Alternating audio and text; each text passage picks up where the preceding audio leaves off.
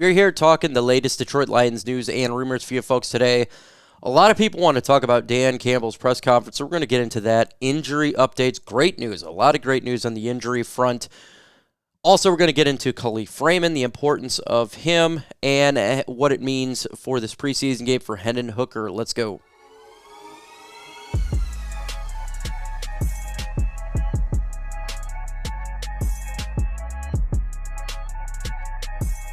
Shout out to you guys for subscribing to the channel, gaining another 100 subs. Just keep it up. Soon there's going to be other content creators on here. I did my part. I'm just waiting for the rest to trickle down so then you can see other creators. We're going to have live shows, and it's not just me. I know I'm getting tired of doing it, and I know you guys are getting tired of hearing it. So let's just get into the latest Detroit Lions news right here, and we're talking about two players coming back to practice. I'm recording this on Tuesday night, so you're getting this Wednesday morning. They return to practice today, or while you're watching this, yesterday, and that is Brian Branch as well as Carlton Davis, and that's major because Brian Branch has been dealing with an injury since he had a little bit of a microscopic surgery to clean up. And then Carlton Davis is dealing with an injury, but they return to practice.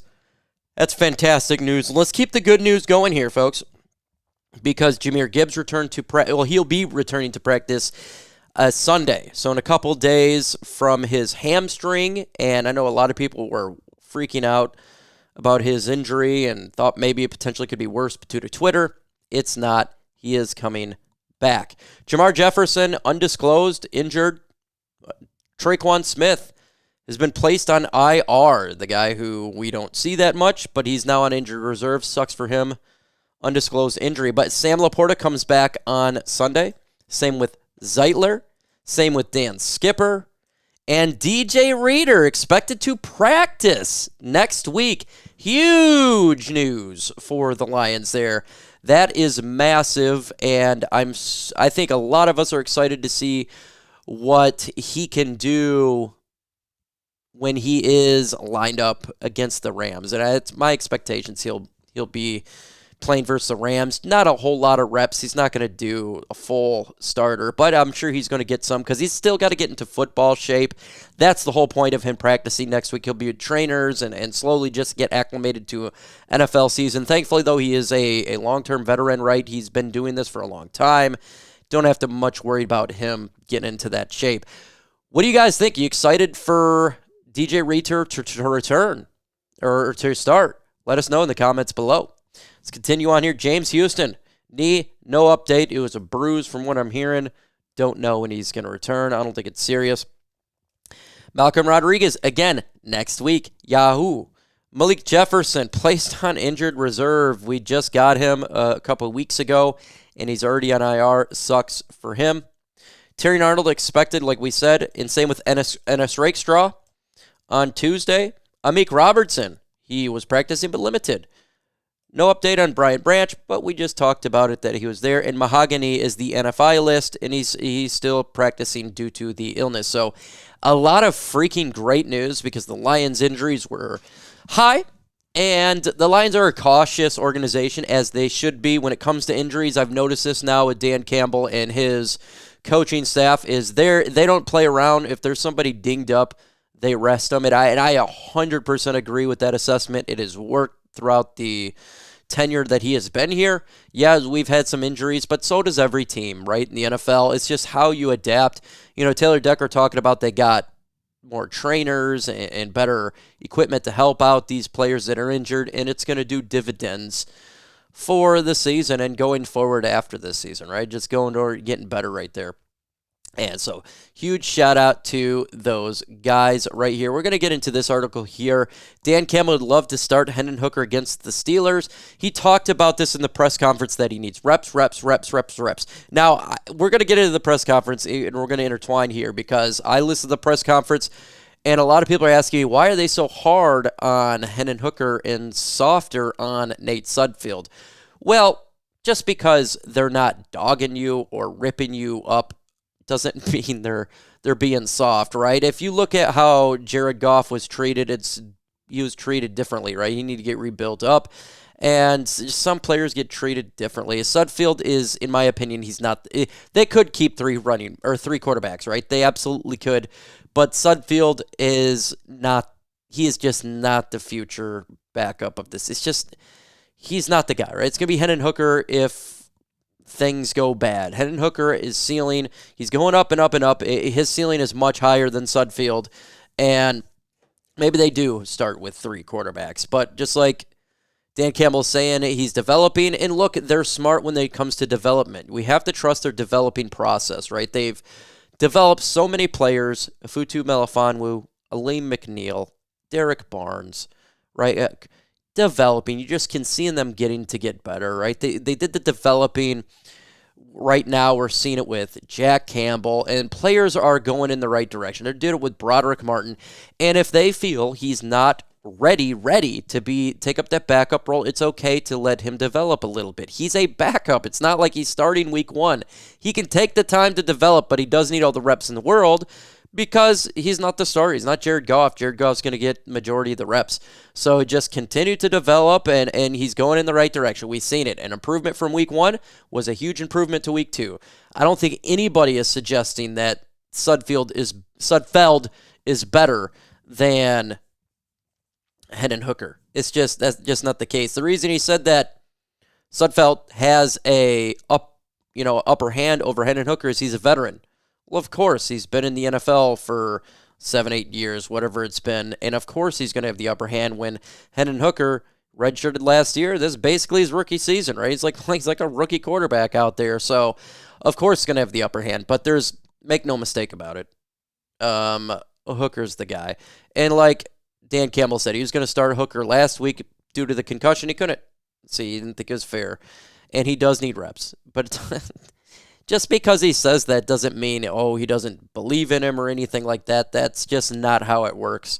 I can quite remember when Dan Campbell went on a Jared Goff and he got angry at a press. This was year one with Jared Goff, and he got mad, and ever since then, you notice that Jared Goff went the right direction. It's okay to criticize, and that's what Dan Campbell does. He's not being mean.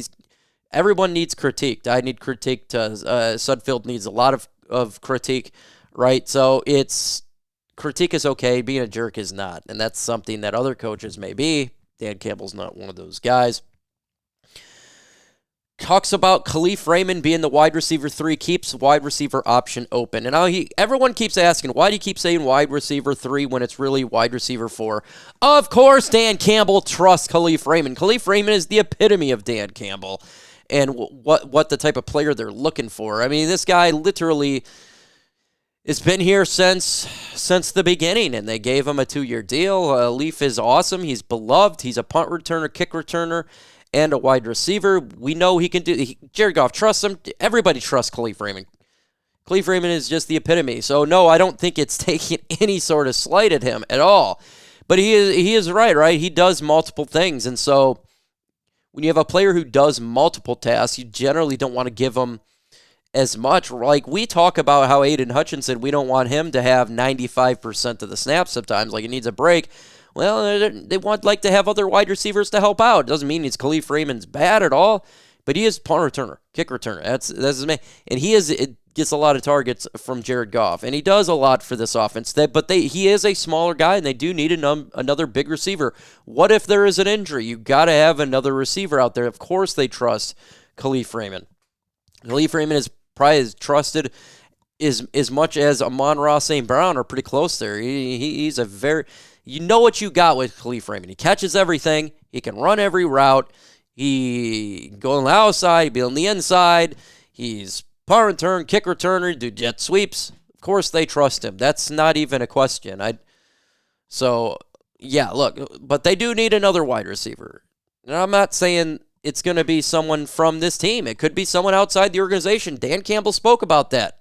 That is something that Brad Holmes and him are going to have to do after the final preseason game. Look at this roster. He said there's about 5 spots left to make this team.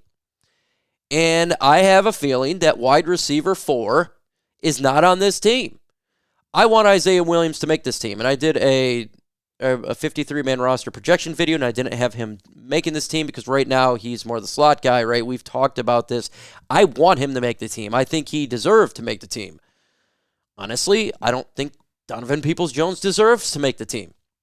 But he's just the bigger guy, and that's the problem. So hopefully the Lions can find a guy, whether it be from cuts or, you know how they do the end trades when teams are cutting down or they're going to release a player. Sometimes they flip a player for a conditional 7th-round pick or a player swap, or it's just a small, tiny trade, nothing serious.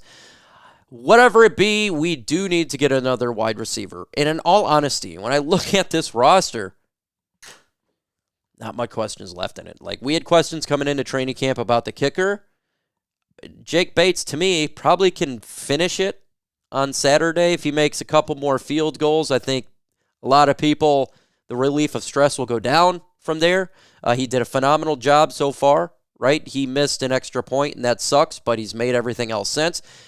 For me, he's about a preseason game away from making me comfortable. The defensive line has impressed me a lot so far in preseason. If I get another one of those, I'm pretty sure I'm not too worried about it. Maybe, yeah, we're stuck about the edge opposite of Aiden Hutchinson with Marcus Davenport's injury. But all in all, the depth is so good. And the last thing is wide receiver, right? Wide receiver 4. And so if they figure that out, man, this roster is pretty darn good. Doesn't mean it's, 100% perfect. No roster is perfect in the NFL, but my God, it's a top 2 roster. If they get that taken care of, there's not much of a weak link for this team from a roster standpoint. There's just not. And it's not being a homer to say that. It's just a really, really good roster, and that's just the bottom line of the situation. So I'm excited to see what they can do. I'm excited to see what's happening in the next couple of days, and that's going to be great. Again, subscribe to the channel so you don't miss out. With that said, folks, adios.